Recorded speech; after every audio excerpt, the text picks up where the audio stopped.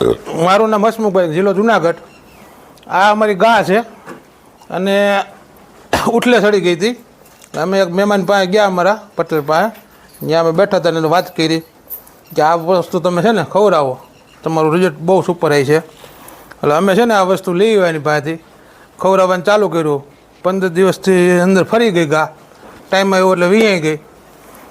અને વિયાણા પછી છે ને એક આચરમાં લોહી આવતું. પાછું અમે આ પ્રોડક્ટ ચાલુ કર્યા ને 15 દિવસમાં લોહી બંધ થઈ ગયું.